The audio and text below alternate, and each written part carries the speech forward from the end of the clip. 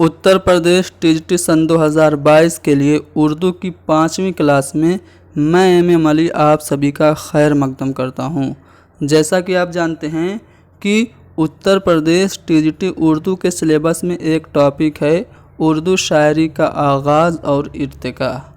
तो जैसा कि आपको पता होना चाहिए कि उर्दू शायरी का जो आगाज़ हुआ वो दक्कन से हुआ, तो इसलिए उर्दू शायरी के आगाज़ व इर्तिका में हमें दक्कन को पढ़ना पड़ेगा।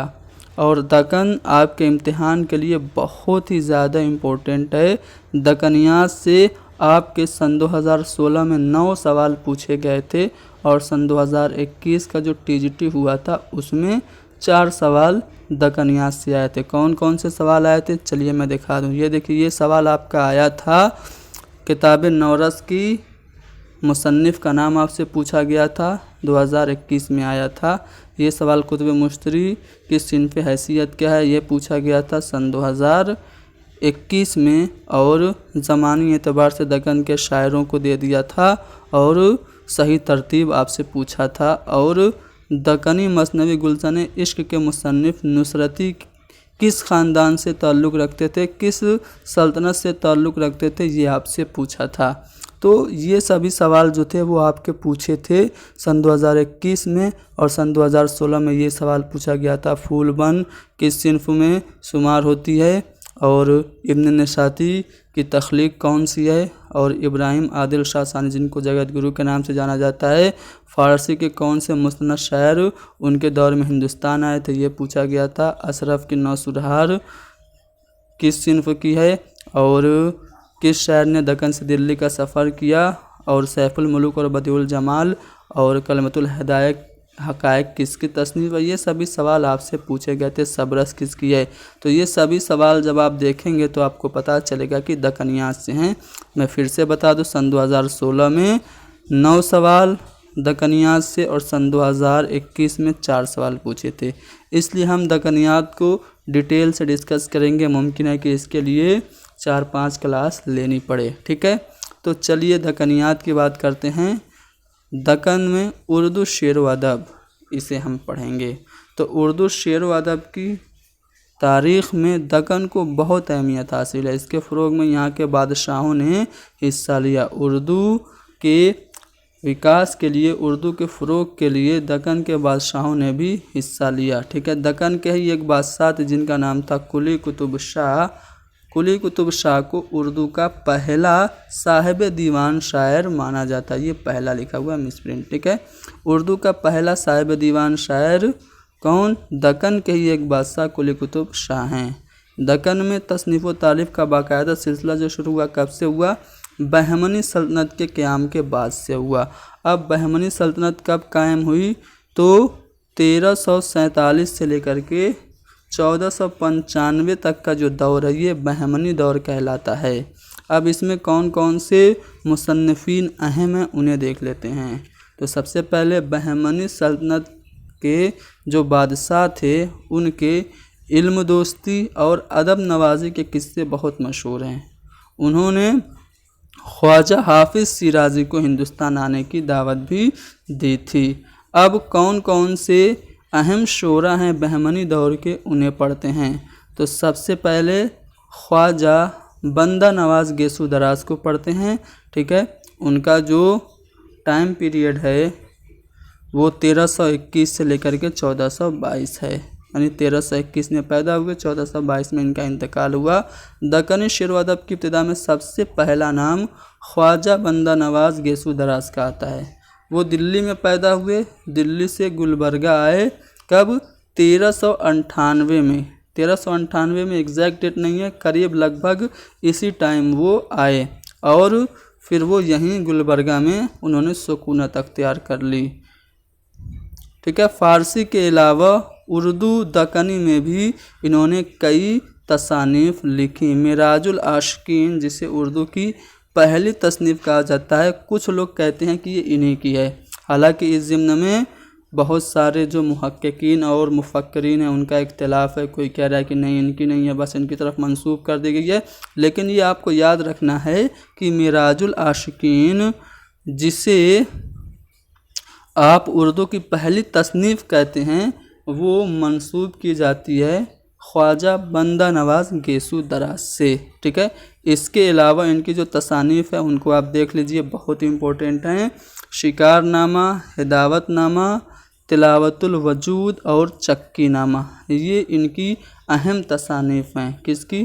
ख्वाजा बंदा नवाज गेसू दराज की। कौन कौन सी? शिकारनामा, हिदायतनामा, तिलावतुल वजूद और चक्की नामा। इनके एक पोते थे अब्दुल्ला हुसैन, ये भी एक मशहूर सूफ़ी थे जिन्होंने निशातुल इश्क का तर्जुमा किया था। निशातुल इश्क का तर्जुमा अब्दुल्ला हुसैनी ने किया था। उसके बाद बहमनी दौर के एक और शायर हैं जिनका नाम है फ़खरुद्दीन निज़ामी। ठीक है, तो सुल्तान अहमद शाह बहमनी के दौर में ये उनके दरबारी शायर थे, नाम था फ़खरुद्दीन निज़ामी। इन्होंने एक मसनवी लिखी जिसका नाम था कदम राव पदम राव। ये जो मसनवी कदम राव पदम राव है, इसको उर्दू का पहला मसनवी माना जाता है। उर्दू की पहली मसनवी कौन? कदम राव पदम राव। कब लिखी गई?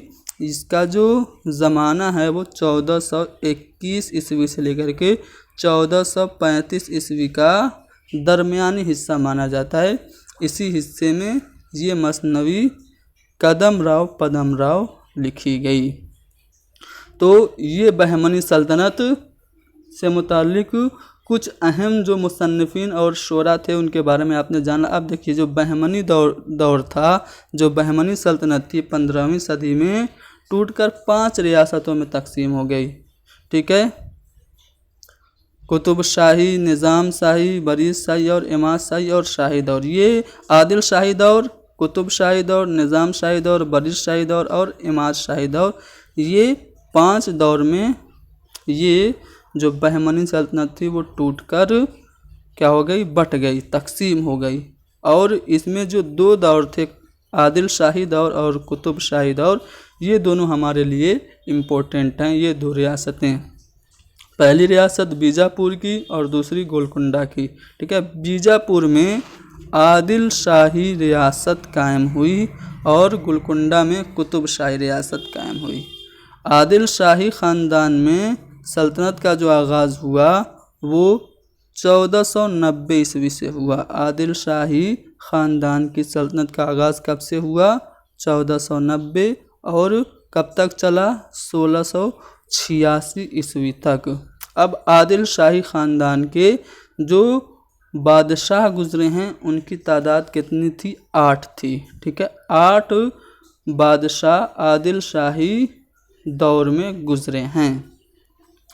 अब आदिल शाही दौर के ही एक बादशाह थे जिनका नाम था इब्राहिम आदिल शाह सानी। इब्राहिम आदिल शाह सानी जो कि 5वें बादशाह थे, इनको जगत गुरु के नाम से जाना जाता था। इनकी किताब नौरस है। नौरस पूछा है एक बार, मैं आपको दिखा दे रहा हूँ। नौरस आपसे एक बार आपके टीजीटी इम्तिहान में पूछा जा चुका है, किसकी है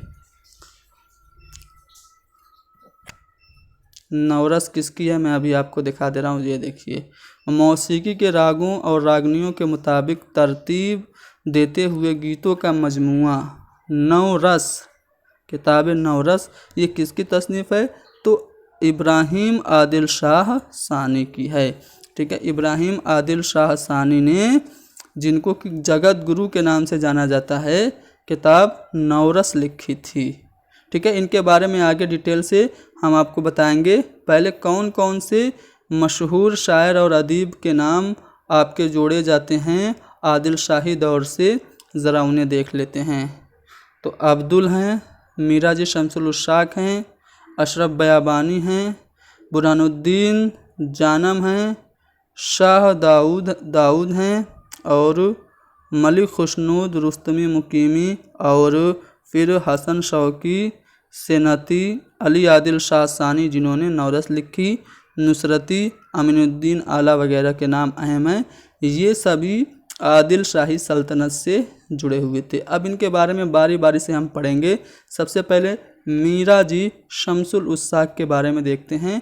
तो मीरा जी शमसुल उशाक जो थे वो मशहूर सूफ़ी बुज़ुर्ग थे। उनका ताल्लुक़ ख्वाजा बंदा नवाज गेसू दराज के सिलसिले से था। उन्होंने उर्दू में तसव्वुफ़ के मज़ामीन को बयान करने की रिवायत डाली। अब आपसे पूछा जाए कि उर्दू में तसव्वुफ़ के मज़ामीन को बयान करने की रिवायत किसने डाली, तो मीरा जी शम्सुल उश्राक ने डाली। अब इनकी तसानीफ़ इम्पोर्टेंट हैं, पूछी जाती हैं। खुशनामा, खुशनग्ज़, शहादतुल हकीकत, शहादतुत तहकीक और मग़ज़े मरगूब, ये इनकी तसानीफ़ है। इसके अलावा नस्र में इन्होंने शरह मरगूबुल कुलूब और रिसाला सब सिफ़ात भी लिखा। तो मीरा जी शम्सुल उस्साक ये आपके लिए इम्पोर्टेंट है। इनकी तसानीफ़ फिर से सुनिए। खुशनामा, खुशनग्ज़, शहादतुल हकीकत, शहादतुत तहकीक और मग़ज़े मरगूब, ये इनकी अहम तसानीफ़ है। उसके बाद आदिल शाही दौर के जो दूसरे अहम हैं शायर, उनका नाम है अशरफ बयाबानी। ठीक है, पैदा हुए कब, 1459 में और 1528 में इंतकाल हुआ। असल नाम सैयद शाह अशरफ बयाबानी था। अपने ज़माने के मशहूर बुज़ुर्ग थे। उन्होंने अपने वालिद शाह ज़ियाउद्दीन रुफ़ाई बयाबानी से इब्तिदाई तालीम हासिल की। सूफ़ी बुज़ुर्ग और शायर थे। इनकी तसानीफ़ इम्पोर्टेंट हैं, सुनिए। इनकी तसानीफ़ लाज़िमुल मुब्तदी, वाहिद बारी, नौ सुरहार अहम हैं। नौ सुरहार जो है ये आपसे पूछी जा चुकी है। चलिए मैं आपको दिखा देता हूँ नौ सुरहार कहाँ पे पूछी गई है और कैसे पूछी गई है। तो यहाँ पे आप देखेंगे तो यहाँ पे आपको दिखेगा कि नौ सुरहार जो है वो आपसे पूछी गई है। अशरफ की नौ सुरहार की सिन्फ कौन सी है, तो चलिए अभी आपको पता चलेगा। अशरफ बयाबानी ने जो किताबें लिखी वो तो आपको मैंने बता दी, फिर से मैं बता रहा हूँ, ध्यान से सुनिएगा। अशरफ बयाबानी ने लाज़िमुल मुब्तदी, वाहिदुल बारी और नौ सुरहार लिखी। नौ सुरहार मसनवी है। इसका मौजू करबला का वाक़या है। ठीक है, तो नौ सुरहार जो है ये मसनवी है और नौ सुरहार से ही सबसे पहले आपको मरसिया के जो नमूने थे वो मिलते हैं। ठीक है, तो नौ सुरहार जो है ये आपकी मसनवी है नौ सुरहार, और यहीं से मरसिया के नमूने सबसे पहले मिलते हैं। या फिर आप ये कह सकते हैं कि जो अशरफ बयाबानी हैं वो उर्दू के पहले मरसिया निगार हैं। ठीक है, आ रहा है ना समझ में। तो इस तरह से देखिए, मैंने ये जो छोटी सी क्लास ली इसमें 2-3 सवाल फंस गए। तो जितने भी दकनियात से रिलेटेड क्लासेज होंगी, आगे 2 या 3 क्लासेज और होंगी, उनको आप बड़े ध्यान से पढ़ लीजिएगा, आपके लिए बहुत ही ज़्यादा इम्पोर्टेंट होंगी। ठीक है, तो नौ सुरहार है मसनवी, इसका मौजू करबला का वाक़या है। ठीक है, उसके बाद अगले जो अहम शायर हैं आदिल शाही दौर के, वो हैं आदिल शाही दौर के बादशाह। ठीक है, इब्राहिम आदिल शाह सानी। ठीक है, आदिल शाही सल्तनत के तीसरे बादशाह थे। वो फ़ारसी और दक्कनी दोनों में शायरी करते थे। मुसव्विरी और मौसीकी से उन्हें बहुत लगाव था। उनकी किताब जो मशहूर है वो किताब नौरस या फिर नौरस नामा है। ये बुनियादी तौर पर राग रागनियों से मुताल्लिक है। ठीक है, इस किताब में इब्राहिम आदिल शाह ने राग रागनियों पर मबनी खुद अपने गीत शामिल किए हैं। 17 गीतों के तहत 59 गीत और 17 दोहे शामिल हैं। ठीक है, तो इब्राहिम आदिल शाह सानी इन्होंने किताब नौरस लिखी थी। आ गई बात समझ में। तो इस तरह से आपने आदिल शाही दौर के कुछ अहम शोरा के बारे में पढ़ लिया, और भी कुछ शोरा बाकी हैं जिनको हम अगली क्लास में डिस्कस करेंगे। आज के लिए इतना ही बस, मिलते हैं हमारी अगली क्लास में। वीडियो को लाइक करें, शेयर करें और हैदरी स्टडी पॉइंट को ज़रूर सब्सक्राइब करें। Thank you very much.